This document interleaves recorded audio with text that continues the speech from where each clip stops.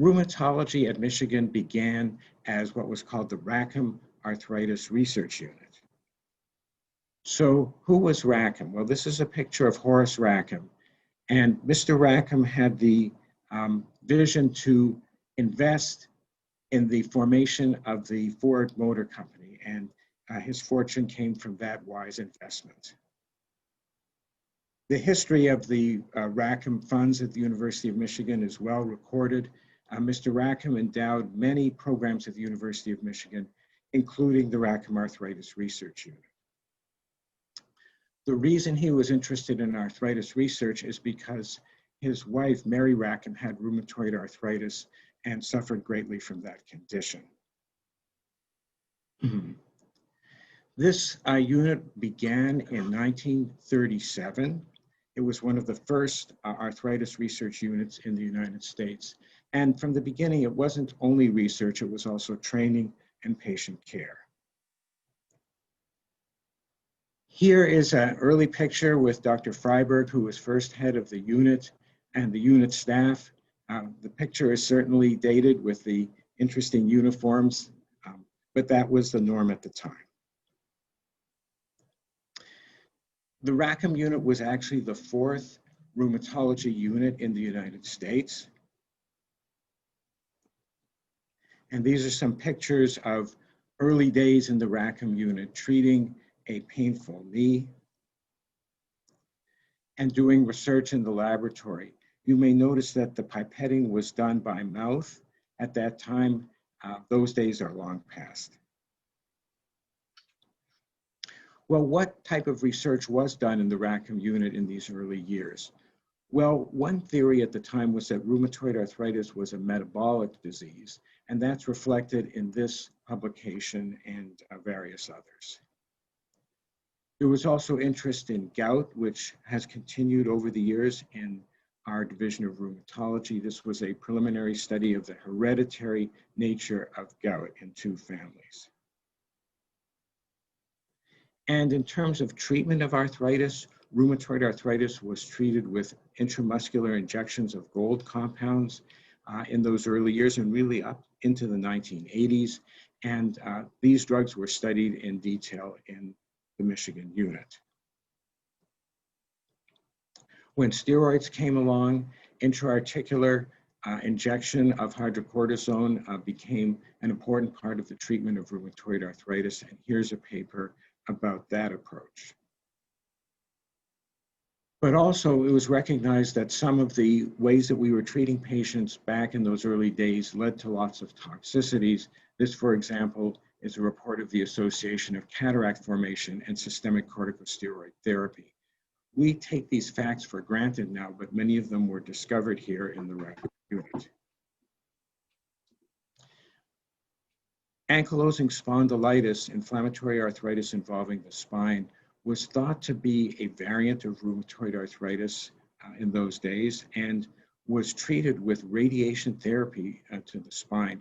This was highly effective, but unfortunately, a few years down the road led to the development of leukemia. So here again, both the treatment and then the later toxicity were reported, and this was phased out as a treatment for ankylosing spondylitis.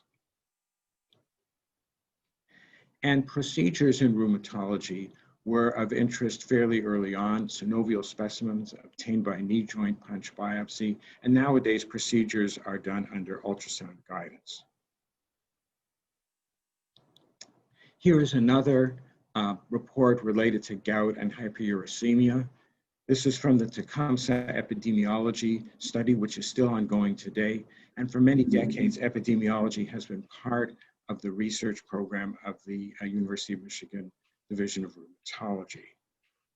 And so the finding that uric acid rises in males at puberty and in females at menopause, this comes largely from this data from the Tecumseh study. Now, in those days, rheumatology was an even smaller field than it is now. And believe it or not, it was possible to summarize the entire English language literature of a year or two in the entire field of rheumatology in a single review article. That's almost unbelievable to us now, but that could be done in those days. And for this review in 1953, William D. Robinson, who was the leader of the Rackham Arthritis Research Unit at that time, was in charge of this review. So the total number of publications in the first decade was 37. And here you see the running total up through 1976. Now with well over 100 publications per year, we no longer count these. It's somewhere in the thousands. So I mentioned Dr. Richard Freiberg, who was the first director of the Rackham Arthritis Research Unit. This is Dr. William Robinson, who led the unit in the late 40s and early 50s, and then was chair of medicine from 1957 to 1975 at the University of Michigan.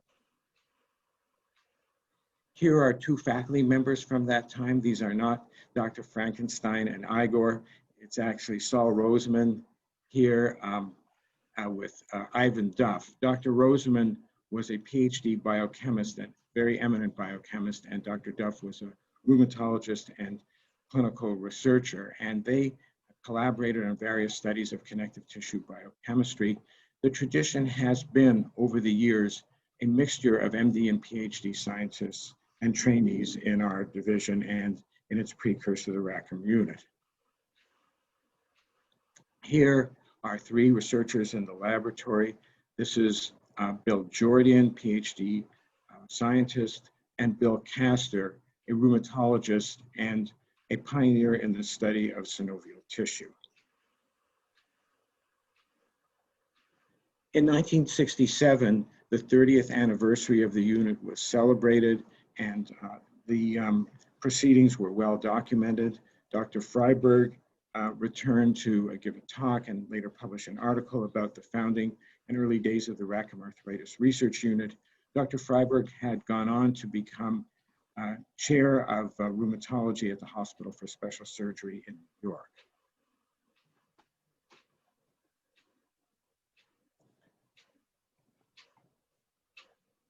This is Dr. Giles Bohl, who became head of rheumatology at Michigan in the late 60s through the mid-1980s. Later, he was dean of the University of Michigan Medical School.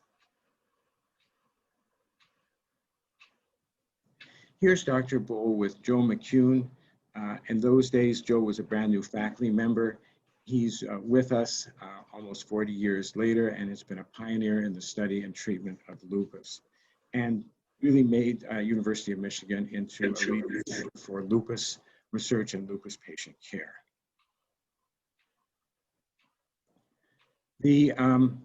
A faculty member in the back corner there is Dr. Jim Cassidy, who was an adult and pediatric rheumatologist, making rounds with several trainees. Pediatric rheumatology has been an important partner of adult rheumatology at the University of Michigan for many years, and we have trained several fellows in both pediatric and adult rheumatology and plan to continue that into the future.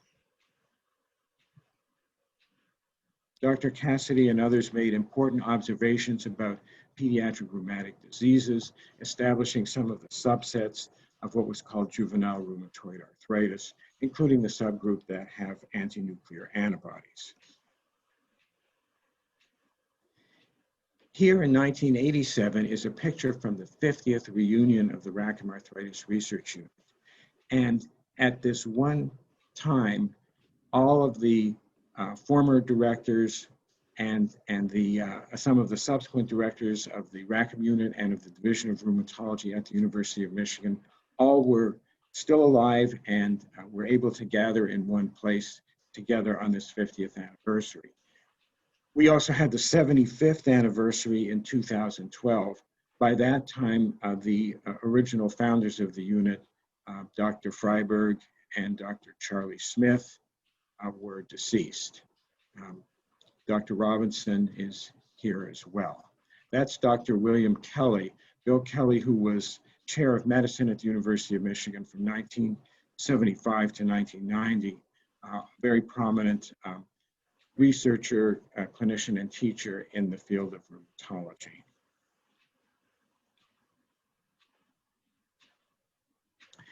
Now, the graduation of our fellows is an important event every year.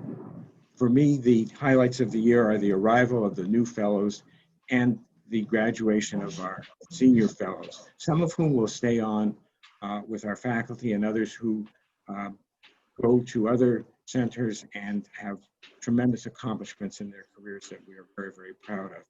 Here we're graduating Luis Vila, who went on to become chair of the Division of Rheumatology at the University of Puerto Rico and do very important work in lupus research. Here are two fellows from the 1990s, Raymond Young and Vladimir Ogdanovsky. Ray went on to become chair of the Division of Geriatrics and Palliative Care at the University of Michigan and stepped in for 2 years as the interim chief of the Division of Rheumatology from 2018 to 2020. Vladimir has been a mainstay of our clinical faculty since the 1990s when he completed his fellowship. Several fellows from the 1990s are shown here. I want to mention in particular Mariana Kaplan, who went on to become a member of our faculty and do very important research in systemic lupus, and subsequently became the first director of a new systemic autoimmunity branch at the National Institute of Health. We're very proud of her career accomplishments. And next are three important people from days past and present at the University of Michigan. Leslie Crawford in the middle, who directed our fellowship program for many years, and then two fellows and later faculty members, Seetha Monrad, who's now an associate dean for education at the University of Michigan, and Wendy Martyr, who's one of the leaders of our clinical health delivery services at Michigan Medicine.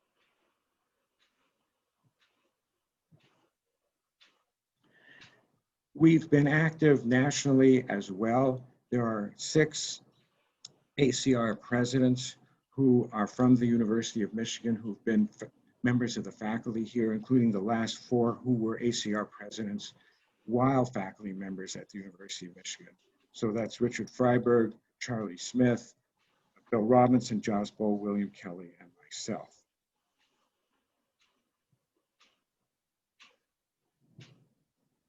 So back to Horace Rackham. So there's an interesting little detail about how this all came about, how Horace Rackham pulled together the money to invest in the Ford Motor Company. He, in fact, had to borrow this money from a bank to then lend it to Henry Ford. And the bank required some kind of property or possession to be placed in escrow.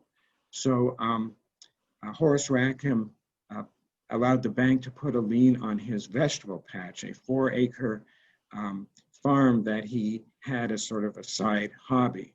And so you could say in a way that our Division of Rheumatology began in a vegetable patch. And now one of our faculty leaders, Michelle Kallenberg, who did her fellowship here and then stayed on in the faculty and now is our Associate Division Chief for Research and first incumbent of the Giles Bowl and Dorothy Mulkey chair. She lives on a farm which she and her family actively work. And so our unit, which came from a vegetable patch, now is in part led by someone who lives on a farm.